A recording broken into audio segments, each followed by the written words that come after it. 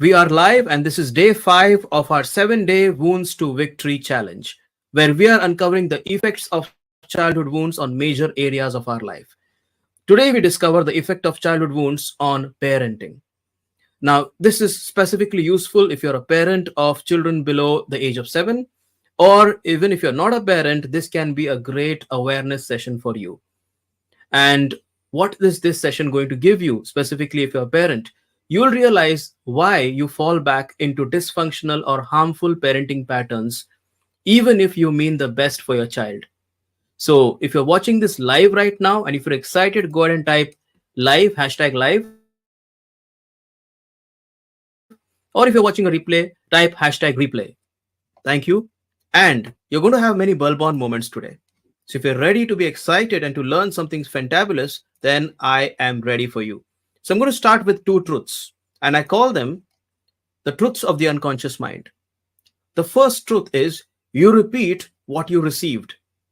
What you received in the early phase of your childhood is what you're going to repeat, not just in your parenting style, but in every other area of your life. In other words, if you had a wounded experience during the early childhood, and most of us do have a wounding experience, then you're going to repeat those wounds all throughout your life in different areas of your life. We've already seen how this repeats in your financial life, in your career life, and in your relationships. Today, we'll discover how this repeats in your parenting. All right, then comes truth number 2. If this was a bulb-on moment for you, by the way, go ahead and type BO or bulb-on in the comments. Great. So you repeat what you received. Second truth is you react to what you received. You either repeat or you react. What I mean by react is you do the exact opposite of what you received. And we'll discover that specifically in parenting today. Just to give an example, though, is if you had parents who were very strict or who did not give you enough room to be autonomous or independent, then your parenting style might be the exact opposite of it, which is allowing your children too much room or too much of autonomy, which is nothing but a reaction to what you received. You must have also heard this phrase, I did not receive it in my childhood, so I want to make sure that my children receive everything. This also comes from a wounded experience. This specifically comes from a wounded experience where you had the childhood wound of poverty. Let's say you were brought up in a home where you had scarcity and very less was given to you and your needs were not met. Then in that case, when you start working and when you start earning well, probably you will react to what you experienced, and you might overindulge your child by excessive material buying, excessive toys, and instant gratification. So this is all unconscious because it comes from a wounding experience. All right. Now, specifically, what are the effects of childhood wound on your parenting? Let's take a look. So remember these two truths, and we're going to apply these two truths in these patterns. Number one of the effects of childhood wound on parenting is where you get excessively triggered to your child's need. The child might be crying because the child is hungry or the child needs your attention. And if you get triggered by that, and that's not once or twice, but if you constantly get triggered when the child expresses his or her needs strongly, that is because of a childhood wound in the past. Now, remember those two truths I just spoke. You either repeat or you react. So it might be that when you cried or when you expressed your need as a child, one or both of your parents reacted badly, shouted at you, or got irritated at you. Because even they are repeating what they received, the cycle, we say the cycle of trauma and wounds.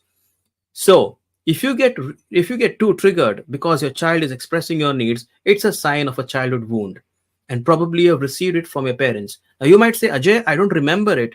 You will not remember it because wounds and traumas are stored deep in your unconscious, and they were formed when you were most vulnerable. So your mind will not have an exact memory of it, or the memory might be deep down in your unconscious. The next one is replication. This is closely related to repeating. You will exactly repeat the parenting that you received from your parents. So some of us, because we received neglectful parenting, maybe when we are at our lowest, automatically we fall down to the parenting style of neglect, where you just say that it's done. I don't want anything to do. I'm too tired. and you just go in a state of neglect.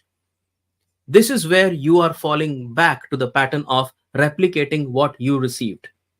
I'll give you one more example. Let's say that when you had a confrontation with your parents when you were a small child, and one of your parents just went and slammed the door, did not get angry, did not beat you up, did not even shout at you, but just withdrew his love from you.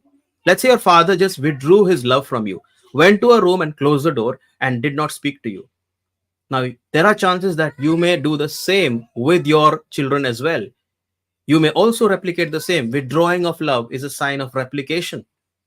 Now, how many of you are having a bulb on moment at this point of time? Go ahead and type BO again in the comments. Fantastic. All right. The next one is overcompensation, and that is you do exactly the opposite, which is nothing but rule 2, which says you react.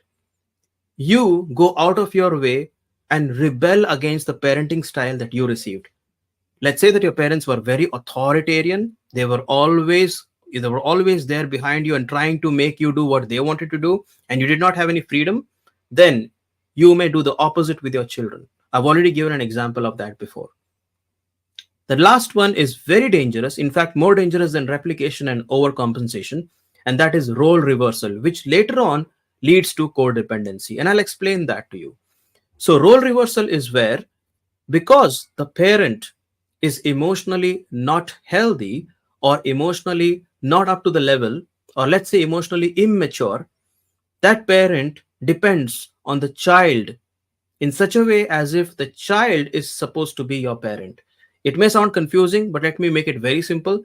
It simply means that if you expect your child to be stable, and if you expect your child to support you, especially when you're emotionally not in a good place, and you want your child to act like an adult, that is an example of role reversal. And parents who do this constantly are actually raising codependent children. And codependent children, who are they? They are the excessive givers. They are the ones whose childhoods are stolen away because they grew up being an adult to their parents.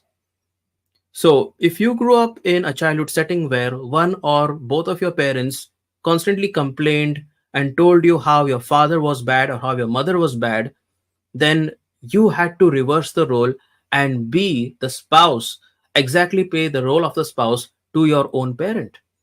Now, if that has happened with you, then you may turn into a codependent, which means you may turn into a rescuer, you may turn into a person who is highly sensitive to people's pains and is always going out of his way or her way to always help the person who abuses, to always be the excessive giver. That is the meaning of role reversal. And if this happened in childhood, then this can now happen again as well. You will raise children who will also do the same. Or in your adulthood right now, you may turn into codependency. So if you have signs of codependency, probably you had done role reversal when you were a child. So the point of me sharing all of this is not it's this is not therapy. This is just information that can lead you to coaching and therapy. So a disclaimer that I want to give you over here in this live is that use this information for introspection. And you may connect with me or any other therapist if you want to heal your childhood wound.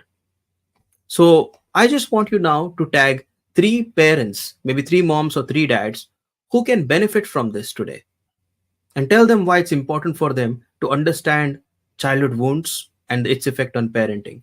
Because when we understand this, we are at least one step ahead, and we realize that now we can at least take help. The purpose of this information, these lives, is for you to gain enough information about your unconscious patterns so that you can get help, professional help. Now, you can choose to do that by commenting or giving me a DM, and I can help you with professional help, or you can choose any other professional help as well. Also, go ahead and comment your key learning today. What was your most important learning? What did you learn? What was your bulb on moment? Comment it right now. This is Ajay Almeida, your boundary coach. Thank you for being with me, and see you tomorrow for the next live.